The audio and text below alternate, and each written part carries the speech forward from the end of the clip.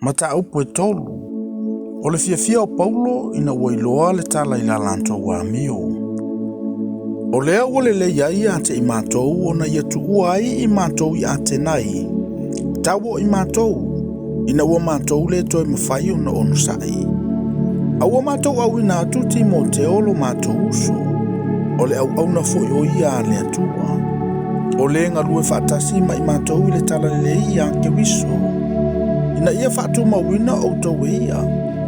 Ma ia wha mawhanawhana atu ia te o tau ilo o tau whaatu atua. Ina nei whaanga e tia se tasi nei pua ngā. A wawa mātou ilo o tō fia i tātou i le nei lava mea.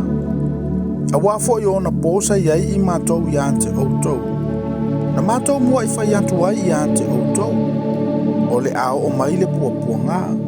O whapea na taunu lava. O tau iloa foi. O le mele na ule toi mawhai ai o na ono sai. O na awina atu le e au. Ina ia o ilolo o tau whaantuatua. Nei whaososo ina o tau e le whaososo. O na whalea o ngai nei leo la mātou ngā ruenga. Ao le nei, ua sauti mo teo i ante i mātou na i ante o tau. Ua au mai fo ile tala le le i ante i mātou ilo o tau whaatuatua. Malo o tau alofa. Malo o tau manatu le lei mai e le au noa i ante i mātou. O lo whanau nau foi o tau ina ia tātou wheiloa i ma o tau. Peio i mātou o na fia wheiloa i ma o tau. O le mea lea le au soe. Na whaama whanawhana ina mai ai i mātou o na o tau. I lo mātou pua ngā umalava. A toa ma lo mātou ti ngā. O na o lo o tau whaatuatua. Awa o le nei. Ua mātou wola. Pe a whai tau te tū mau i le ali. Se a foi se whaafetai mātou te mawhai au na tu ina atu i le atua o na o tau.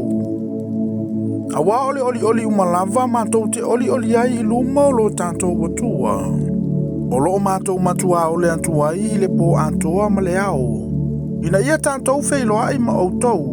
E wha ato to ina ai mea i le i atoa i lo o tau whaatuatua.